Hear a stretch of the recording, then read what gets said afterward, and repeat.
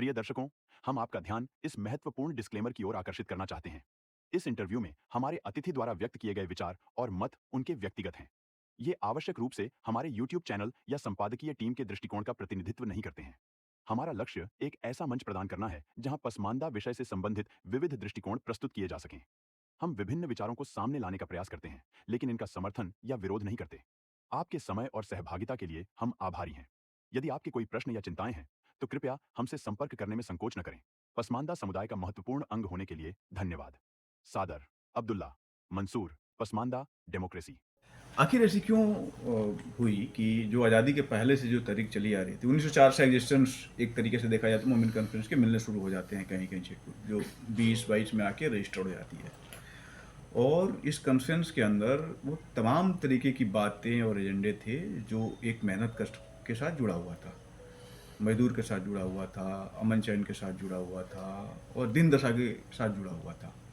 मतलब कहा जाए तो आज का मार्क्सवाद जो है वो मोमिन कॉन्फ्रेंस था। तो आज़ादी के पहले जब गुलाम थे तब मोमिन कॉन्फ्रेंस जो पसमानदा मुस्लिम लोगों द्वारा उतना हाइट तक पहुंचाया गया था जिसके जलसे में हज़ारों की संख्या में लोग आते थे। लिखित दस्तावेज इसका हमने पढ़े हैं कहीं। जी जी। लेकिन जब हम आज़ाद हुए तो आज़ादी के बाद इन चीज़ों को या फिर वो लोग तो नहीं बटे, जो मोमिन कॉन्फ्रेंस वाले लोग थे वो सब भारत में रह गए। तो रहे तो उनको तो अब अशराफ से मुक्ति मिली क्योंकि अशराफ अधिकांश जो जमींदार थे उधर चले गए, उधर की जागीरदारी अपने ले ली। तो इस आंदोलन को और फलना फूलना चाहिए था और समावेशी बनना चाहिए था। तो ये आंदोलन एकाएक क्यों सिमट गया? देखिए इसके पीछे आप क्या सरकार या सरकार के अंदर जो बैठे हुए अशराफ लोग थे कांग्रेस में उसको जिम्मेदार मानते हैं? नहीं, उसमें एक बहुत बड़ी वजह ये हुई थी कि उस वक्त आंदोलनों का दौर चल रहा था। तो आसिम बिहारी रहमतुल्लाह अलैह ने आंदोलन को शुरू किया, छोटे लेवल पे, फिर थोड़ा बड़ा किया। फिर थोड़ी कांग्रेस जब देश में बंटवारा या मुस्लिम लीग की सुगबुगाहट बढ़ी है तो कांग्रेस ने हाथ रख दिया कि मतलब ये अपने लोग हैं, इनकी थोड़ी मदद की जाए। तो सब चलता रहा। जब कय्यूम अंसारी साहब आए हैं इसमें, कय्यूम अंसारी साहब को मंत्री बनाया गया, तो यूँ समझिए कि हमारा जैसे बीजेपी का नहीं होता कि हमारा काम सफल हो गया, तो अब बीजेपी को आंदोलन उस तरह से नहीं होते जिस तरह से आंदोलन उनके होते थे। तो कय्यूम अंसारी साहब के आने के बाद जब ये मंत्री बनाए गए तब से लेके उनके मरने तक मोमिन कॉन्फ्रेंस का एक भी जलसा जुलूस जो भी होना चाहिए, सम्मेलन नहीं हो पाया। तो इसके दोषी कौन? कय्यूम अंसारी साहब थे अगर या यहाँ की जो नहीं, बाकी अगर कहा जाए तो लीगी जो लोग थे वो थे? नहीं, मुस्लिम लीगी भाग चुके थे। मुस्लिम लीगी भाग चुके थे। जो बचे थे वो बहुत सालों तक बहुत कमज़ोर थे और गरीब बहुत थे, क्योंकि अशराफों की जिम्मेदारी छीन जाने के बाद वो बहुत दिनों तक टाट के पर्दे वाले उसमें आ गए थे वो। और अंसारियों के पास कांग्रेस की पॉलिसीज़ की वजह से अंसारियों के पास, बुनकरों के पास पैसे बहुत थे, क्योंकि कपड़े का पूरा उद्योग इनके हाथ में था। तो पैसे की कोई कमी नहीं कि हाँ पैसे के चलते दबा लिया। ये इन्होंने कहा था, बंद करने के लिए कहा था, पार्टियों को बंद करने के लिए कहा था, एक राय दिया था। ऑर्डर लायक अबुल कलाम आज़ाद नहीं थे। लेकिन जैसे होता है कि हमें हमारी मंजिल मिल गई, हम मंत्री बन गए, तो अब हम यहाँ से फैसले करें। कुछ काम भी किया था उन्होंने, कय्यूम अंसारी साहब। लेकिन मोमिन कॉन्फ्रेंस तो केवल कय्यूम अंसारी साहब नहीं थे उसमें। आप अल्लाह बख्श शुमरू का नाम भूल रहे हैं शायद, जो पाकिस्तान में नहीं, मैं उस समय प्रधानमंत्री हुआ करते थे। पहले प्रधानमंत्री होते थे, जो अभी मुख्यमंत्री कहे जाते हैं। नहीं, मैं उन्होंने भी एक बहुत बड़ी इसकी सपोर्ट की थी। और नहीं, उसमें बहुत सारे भी था। नहीं, उसमें बहुत सारे लोग थे। ये अशफाक हुसैन साहब, तनवीर सलीम साहब के, पूरा नॉर्थ से लेके साउथ तक। नहीं, बहुत बड़ा आंदोलन था वो। लेकिन हमने क्या किया, एक तो बंटवारे के बाद जो लोग अलग अलग हो गए, एक तो वो, मैं उससे कहता हूँ कि मतलब नेहरू जी के ज़माने में देश का बंटवारा कम हम कहते हैं, मुसलमानों को 3 हिस्से में बांट दिया गया। तो जाहिर सी बात है, पसमानदा भी, जो ढाका के पसमानदा थे, बुनकर थे, बहुत पैसा था उनके पास। पाकिस्तान के जो पसमानदा थे वो अलग हो गए, तो हम यहाँ के बच्चे। इसमें जो है कय्यूम अंसारी साहब उस वक्त फुल फ्लेश उसमें आ गए, और उन्होंने इस आंदोलन को, जब वो खुद मंत्री बन गए तो इस आंदोलन की उन्हें ज़रूरत नहीं रह गई, और दूसरे लोग उस तरह के नहीं हो पाए। जो इसका मतलब है केवल अब्दुल कय्यूम अंसारी साहब को ही इसका मेन नहीं, सबसे बड़े जिम्मेदार, बहुत सारी वजहें थी उसमें, अबुल कलाम आज़ाद भी, लेकिन सबसे बड़े जिम्मेदार इसका मतलब है कि इसमें जमात इस्लामी के जो लोग अल्लाह बख्श शुमरू को मारे थे कि आप पसमानदा तहरीक को क्यों आप आगे बढ़ा रहे हो, तो वो लोग इसके जिम्मेवार नहीं है। नहीं, देखिए, खलील अहमद रायनी की भी हत्या की गई थी, लेकिन खलील अहमद रायनी की हत्या से अलीनवर साहब का आंदोलन नहीं रुका। अलीनवर साहब का आंदोलन कब रुका? जब वो राजसभा बने। जो लोगों की उम्मीदें थीं वो पूरी नहीं हुई और वो पूरा संगठन छिन्न भिन्न हो गया। इसी तरह का घटना वहां हत्याओं से अगर रुक जाते तो उस जमाने में ये संगठन चलता ही नहीं। अगर किसी एक के रोकने से रुक जाता तो जब जिस टाइम पर राजा महाराजा मौजूद थे, नहीं, जो लोग हत्यारे थे वो फिर आके और सरकार के हिस्सा हो गए, तो हिस्सा होने के बाद से तो उनको एक लीगल प्रोटेक्शन मिलता है और फिर वो आंदोलन को अलग अलग ये तरीके से खुद repress करने की कोशिश करते कय्यूम हैं। अंसारी साहब खुद मिनिस्टर थे। कांग्रेस में इनका भी अपना एक दबदबा था। ऐसा नहीं कि बाहरी कारण नहीं थे, बाहरी कारण कल भी थे, आज भी हैं। आज भी लोगों को धमकी दिया जाता है, हमको नहीं ज़्यादा दे पाते हैं लोग बड़े लेवल की धमकी, लेकिन छोटे लेवल पे हमारे साथ भी होता है, आपके साथ, सबके साथ होता है। लेकिन उसके चलते हम नहीं रुके हैं। कय्यूम अंसारी साहब की वजह से रुक गया, मंत्री बनते, और आज अलीनवर साहब के राज्यसभा जाते ही ये आंदोलन आप जैसे हम जैसे लोग इसको जिंदा कर लिए हैं। तो आप नहीं कह सकते अलीनवर साहब वाली जो लाइन थी जिसमें उनके साथी जो लोग थे, चाहे उस्मान हलाल खोर साहब रहे हों, चाहे नूर हसन आज़ाद पौरिया साहब रहे हों, पसमानदा आंदोलन को वो लोग नहीं बढ़ा रहे हैं। पसमानदा आंदोलन को वो लोग बढ़ा रहे हैं, बल्कि अब यूपी कहली बढ़ा रहा है, बिहार बढ़ा ही नहीं रहा है। बिहार में तो बुरी हालत हो गई कि इधर मान लीजिए संगठन कुछ पहुंच रहे हैं वहां तक, लेकिन इस वक्त पसमानदा आंदोलन पूरे तरीके से यूपी के हाथ में। सेम उसी तरह की घटनाएं हुई थी और आज भी वो घटनाएं हो रही हैं, और हमारे जो आंदोलन फ्लॉप हो रहे हैं उसमें हमारी वजहें बड़ी होती हैं। तो पसमानदा आंदोलन का लक्ष्य क्या है? देखिए, सबके अलग अलग लक्ष्य हैं, अलग अलग संगठनों के। जैसे कुछ के लक्ष्य हैं कि अगर एमपी एमएलए का मामला बन जाए तो ठीक है, जैसे हमारे राष्ट्रीय अध्यक्ष जी कहते हैं कि क्या हमारा अंतिम गोल वही है क्या? हम भारत में अपने लिए सामाजिक न्याय, सरकार के यहाँ से भी हिस्सेदारी और सामाजिक न्याय, और मुस्लिम में भी हमें सैयद के एकदम इक्विवेलेंट दर्जा चाहिए। उसके अलावा हम किसी चीज़ पे कोई समझौता करने के लिए तैयार नहीं हैं। हम तब तक लड़ते रहेंगे जब तक कि मुसलमानों में हमको वो दर्जा ना मिल जाए जिस दर्जे के हम हकदार हैं, आज के हिसाब से भी या कुरान के हिसाब से भी। उसी तरह से जो हमारा संविधान जो कहता है सबको बराबरी का मामला मिले, हमको भी वो जगह मिले। और हम लोग खुद नहीं चाहते हैं, हम बार बार ये कहेंगे कि जो हमारे संगठन के लोग हैं वो चाहते हैं गांधी जी की तरह, मोहन भागवत जी की तरह और बाला साहब ठाकरे की तरह हम पार्लियामेंट नहीं जाना चाहते हैं। क्योंकि लड़ने के लिए सिर्फ पार्लियामेंट नहीं होती है, हम कहीं से भी लड़ सकते हैं, और बल्कि पार्लियामेंट जाने के बाद तो कई बार आप बंध के रह जाते हैं, आप लड़ ही नहीं सकते। तो इसलिए हम तो नहीं वहाँ जाना। क्या लग रहा है कि जाति की बात करना भाजपा और इस्लाम विरोधी ताकतों के साथ जोड़ देता है, तो सैयद की बराबरी की जब बात करेंगे तो वो लोग और लेवल नहीं लगाएंगे? देखिए, हम भाजपा की भाषा नहीं बोलना चाहते, लेकिन हम कुरान की भाषा तो बोलना चाहते हैं, हम सेकुलरिज्म की भाषा तो बोलना चाहते हैं। हम जिस कुरान को मानते हैं, जिसको दुनिया आमतौर पे एक्सेप्ट करती है, उस कुरान में एक सब बराबर है। और अगर सब बराबर नहीं है समाज में, इसका मतलब आप कुरान के विरोधी हो, कुरान के मानने वाले नहीं हो। तो जैसे अगर कोई कंटेम्प्ट ऑफ कोर्ट करता है तो आप उसके ऊपर कंटेम्प्ट ऑफ कॉन्स्टिट्यूशन भी कर सकते हैं अगर वो गलत है तो। सेम उसी तरह से सैयद और वैसे भी वसीम रिजवी साहब से लेके मुख्तार नकवी तक उन लोगों ने जो काम किए हैं वो हमारे ऊपर, हाँ कह लेते हैं, कहने को तो कोई किसी कुछ भी कह सकता है, लेकिन कहने लायक नहीं है। और बाकी लोगों को तो मैं नहीं कह सकता, लेकिन कम से कम हमारे सामने हमारे संगठन, मुख्तार अंसारी साहब वगैरह हम हैं, नूरलैन साहब हैं। नूरलैन साहब इसी बात को लेकर बदनाम भी हैं कि वो हद से ज़्यादा आप बीजेपी के खिलाफ चले जाते हैं। तो आओ हमसे बात करो ना, हम तो बीजेपी विरोधी के नाम से भी बदनाम हैं। हमारे क्रॉस लाइन के लोग भी हमें कहते हैं कि हम लोग थोड़ा ज़्यादा कट्टर हैं, ज़्यादा प्रो इस्लामिक हैं, और एक अच्छा नाम भी दिया है हमारे डेमोक्रेसी चैनल और अब्दुल्ला मंसूर साहब ने कि हम लोग प्रो इस्लामिक हैं। तो हम तो प्रो इस्लामिक है ना, हमसे आओ विद इन फ्रेम बात करो। हम तो नास्तिक भी हैं, उनसे भी कहते हैं भाई नास्तिकता कोई बात मत करो, आप यहाँ उनको मौका मत दो, क्योंकि वो इस्लाम के साथ खेल रहे हैं, तो हम भी आओ इस्लाम के साथ खेलते हैं।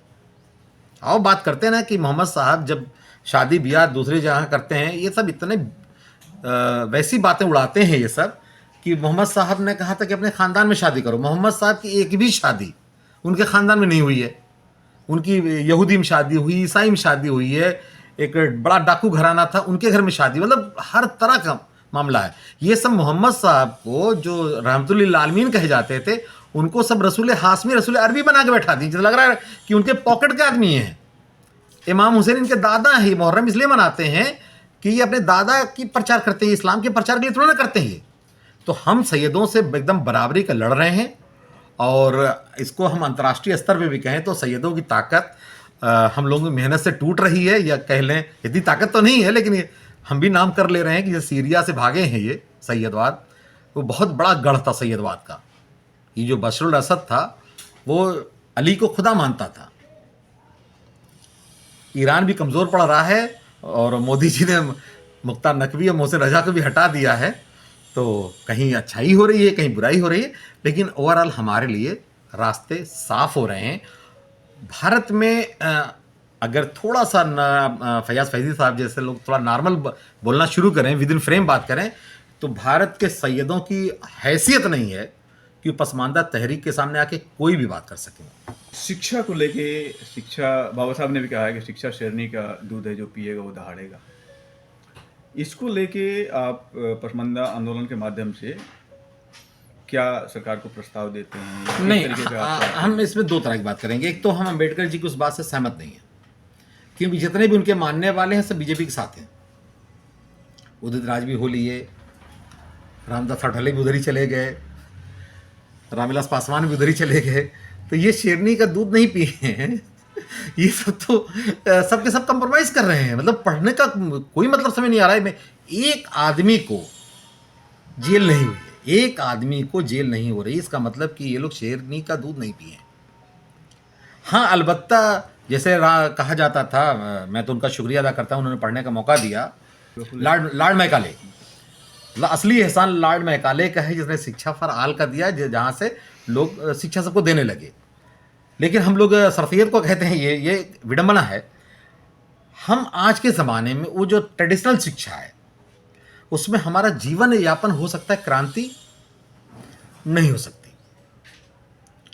और एक और आपको कड़वी बात बताएं कि दुनिया में जितनी भी बड़ी क्रांतियां हुई हैं वो हमेशा कम पढ़े लिखे लोगों ने किया है। चाहे अरब की क्रांति हो, मोहम्मद साहब के बारे में है कि वो पढ़े लिखे नहीं थे, चाहे पूरी दुनिया को रौंद डाले ये मंगोल, वो भी पढ़े लिखे नहीं थे। भारत पे जो कब्जा किया था जिन लोगों ने, वो इंग्लैंड के जाहिल लोग थे। लॉर्ड मैकाले वहाँ का एक सड़क छाप गुंडा था, जिसको वहाँ से तड़ी पार किया गया था, उसने भारत पे कब्जा किया। और जो पढ़े लिखे लोग थे, जो इराक में जो आए हैं, जब कब्जा किए बगदाद पे, मुसलमान रो भी नहीं पाते कि 18 लाख मुसलमान एक साथ काट दिए गए थे। 18 लाख मुसलमान एक साथ काट दिए गए। कहाँ पे? बगदाद में। उस वक्त आबादी कम हो गई थी मुस्लिम जगत की, और सब पढ़े लिखे लोग थे उस टाइम पे। जब मुर्शिदाबाद पे कब्जा हुआ, काटा कौन था? मंगोल।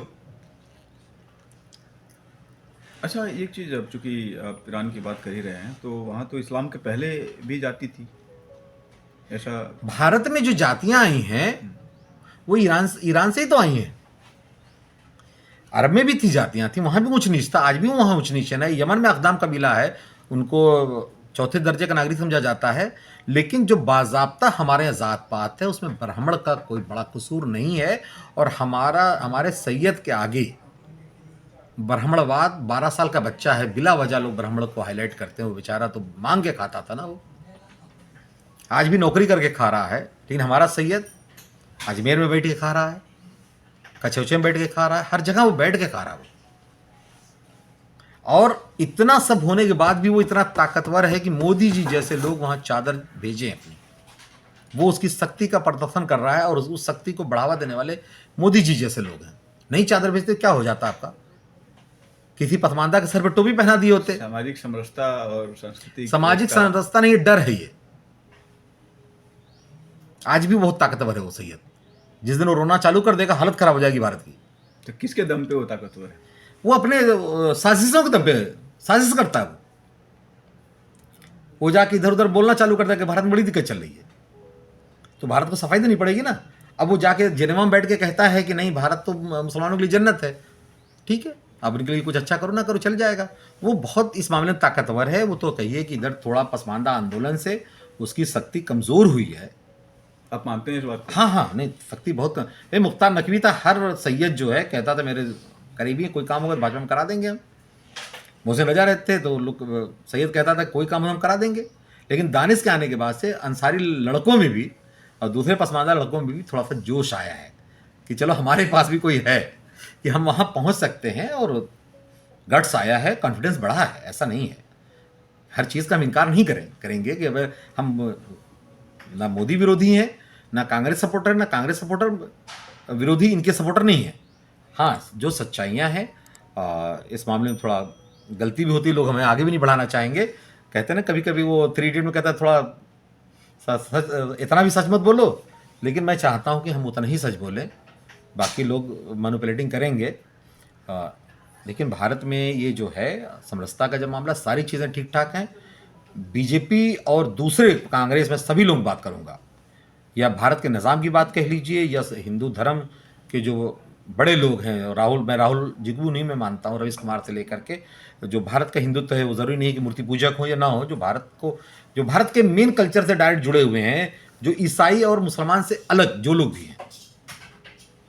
भाई एक ईसाई है, भले वो भारत का रहने वाला हो, लेकिन वो कहते हैं ना तुम्हारी जड़ें कहीं ना कहीं वेटिकन से जुड़ी हैं, या मुसलमान है तो उसकी जड़ें, लेकिन जो भारत से जुड़े हुए लोग हैं उनको अपने सेकुलरिज्म और सामाजिक न्याय को दिखाने के लिए आपको पसमानदाओं के साथ, दूसरे दलितों के साथ भी करना चाहिए। मैं इसलिए उनको नहीं कहता कि उनके पास लड़ने वाले बहुत लोग हैं। पसमानदाओं के लिए आपको कुछ करना होगा, वरना कल को पाकिस्तान, अगर बांग्लादेश में लोग धीरे धीरे जवाब देने की आदत आ रही है उनको, पहले जवाब नहीं देते थे वो, अब जवाब देने की आदत आ रही है, तो आप बड़ा बुरा हो जाएगा। क्योंकि पाकिस्तान में हिंदू और क्रिश्चियंस के लिए 5% का आरक्षण है जॉब में भी, और तो क्या आप चाहते हैं कि भारत में भी धर्म के आधार पर आरक्षण नहीं, दिया जाए? मैं शुरू से हम लोग धर्म के आधार पर आरक्षण के विरोधी रहे हैं, लेकिन हम ये बताना चाह रहे हैं कि अगर वो उनका जो पैटर्न उस पर वो आरक्षण दे रहे हैं, आपका जो पैटर्न है आप उस पर आरक्षण दीजिए। इस देश में तो ऑलरेडी आरक्षण है, वो तो ये नहीं कहते हैं। हाँ वो ठीक है, आरक्षण में हम भी मानते हैं, लेकिन जैसे एससी का आरक्षण नहीं है, एससी का आरक्षण नहीं है। तो पहली बात तो यह है कि अधिकांश मुस्लिम तो अपने आप को मानते ही नहीं कि हम एससी हैं, हम पसमानदा हैं। हम अगर ना माने तो उससे सच नहीं छुप जाएगा। अगर कहा है दलित से बदतर, सच्चर कमेटी ने अगर दलित से बदतर कहा है, तो हम तो दलित से बदतर हैं ना। उसको कहे हुए लगभग 10 साल हो गए, मतलब अब जानवर से बदतर हो गए, अब हम जानवर से बदतर हो गए। ज़्यादा दिन ही हो गए होंगे, लेकिन अभी भी लोगों के अंदर ये चेतना नहीं आई कि आखिर हम क्यों पीछे हैं, हमें इसके लिए क्या करना चाहिए, आगे जाना चाहिए। जैसे सामने कहा कि हम एहसास से कमतरी के शिकार नहीं, हम एहसास से कमतरी के शिकार नहीं है, हम कमतर हैं ही, हम कमतर हर लाइन से हैं ना। हम जुडिशरी में हैं ना, हम चौथे लोकतंत्र के चौथे स्तंभ में हम हैं। हम वहाँ डिबेटर्स की हैसियत से भी नहीं जाते। आर्टिकल 347 की बात कर रहे हैं। हाँ, ये बताइए, आर्टिकल 347 पे बहस हो रही है। फैयाज साहब को तो मौका मिल गया, हमें मौका तक नहीं दिया गया। सबसे बड़े तो हम ही कहे जाएंगे ना, भाई उस्मान हलालखोर साहब थे तो वहाँ लग गए, उनके साथ पीके के साथ लगे हुए हैं, लेकिन आंदोलन के हिसाब से तो हम हैं ना इस वक्त। और आर्टिकल 347 के पूरे मामले में हमें कोई जगह नहीं दी गई, हमसे बात तक नहीं गई। और ऐसा भी नहीं कि हम अननोन पर्सनालिटी हैं, 2-4 जगहों पे गए भी हैं, चैनलों पे खुद भी जाके। और जैसे वो जो कमेटी फॉर्म हुई थी उससे कभी आप मिले? नहीं, अब यहाँ आना है उसको, वे लखनऊ नहीं आई हैं वहाँ। हाँ, पटना में हमने बहुत सारे लोगों को भेजा था, गए थे लोग, बात हुई है, बहुत जम की बात हुई है, ऐसा नहीं है। देखिए, आवाज़ें दोनों तरह की होती हैं, आप कौन सी सुनना चाहते हैं। बहुत बड़ा मतलब मुफ्तियों का मजमा इकट्ठा करके उन्होंने इस पर फतवा दिया था कि ये हराम है, टेररिज्म हराम है।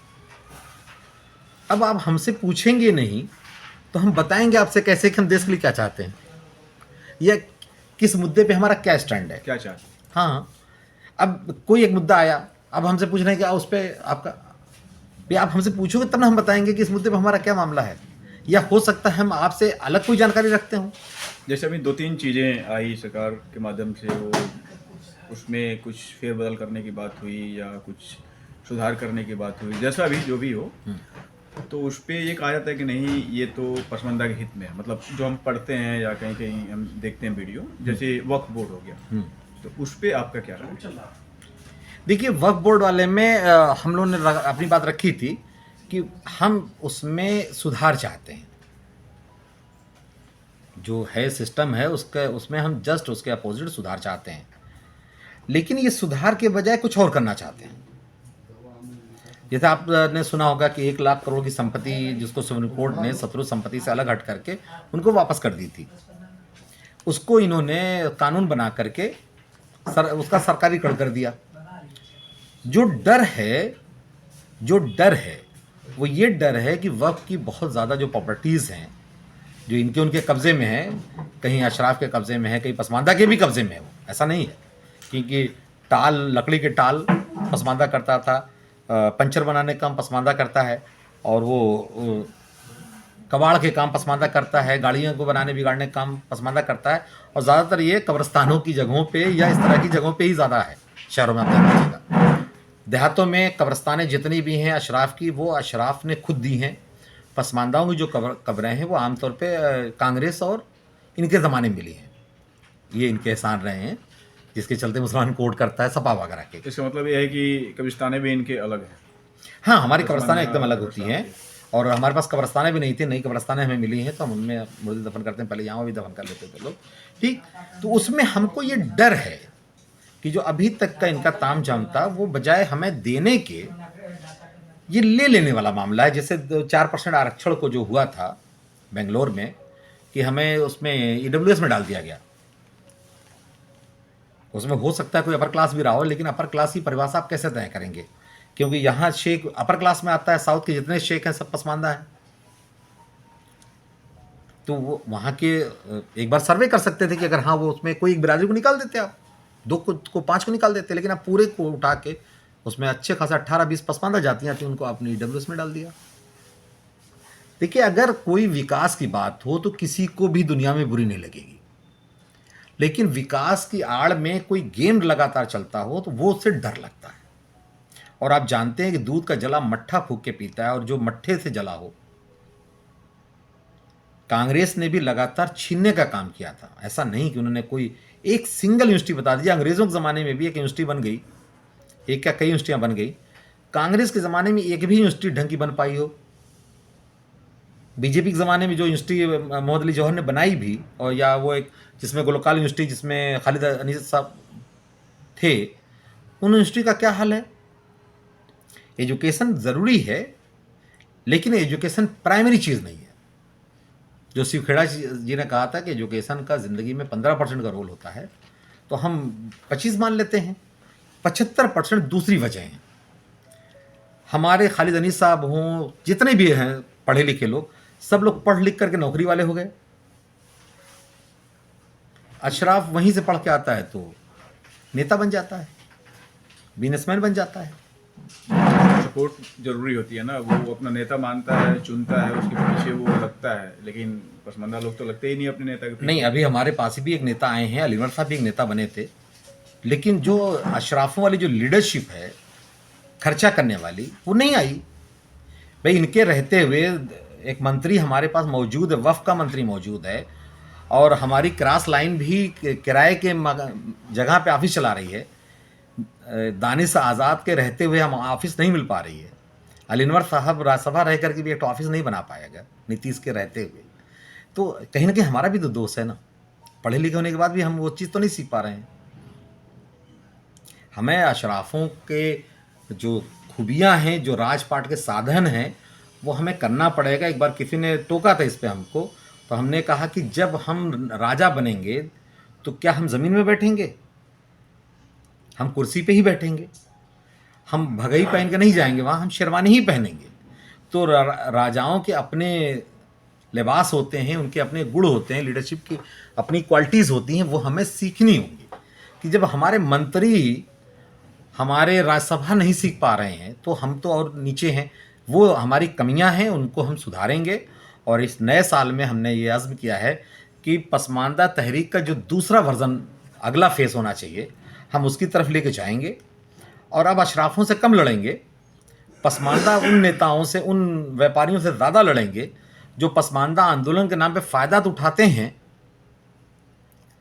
और बैठ के हमारी शिकायत और बुराई करते हैं कि ये कुछ नहीं कर रहे हैं, भाजपा के एजेंट हैं।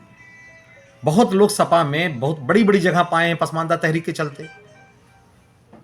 पसमानदा लोग बात कर रहा हूँ, और मैं तो ये कह रहा हूँ कि अशराफ से चंदा मांगिए तो चंदा दे देता है, लेकिन पसमानदा व्यापारियों से या पसमानदा नेताओं से चंदा मांगी नहीं देता है, तो इस पे भी हमें लड़ना पड़ेगा। हम वहाँ से गलती कर रहे थे, नहीं लड़ पा रहे थे। हमने कहना शुरू किया है कि डिमांड तो क्रिएट हो गई हमारी, सप्लाई हम नहीं दे पा रहे हैं। अगर मान लीजिए हमको कुछ बनाना हो तो किसको बनाएंगे? बड़े लेवल पे अगर हमारी हिस्सेदारी चाहिए तो नहीं हमारे पास आदमी है।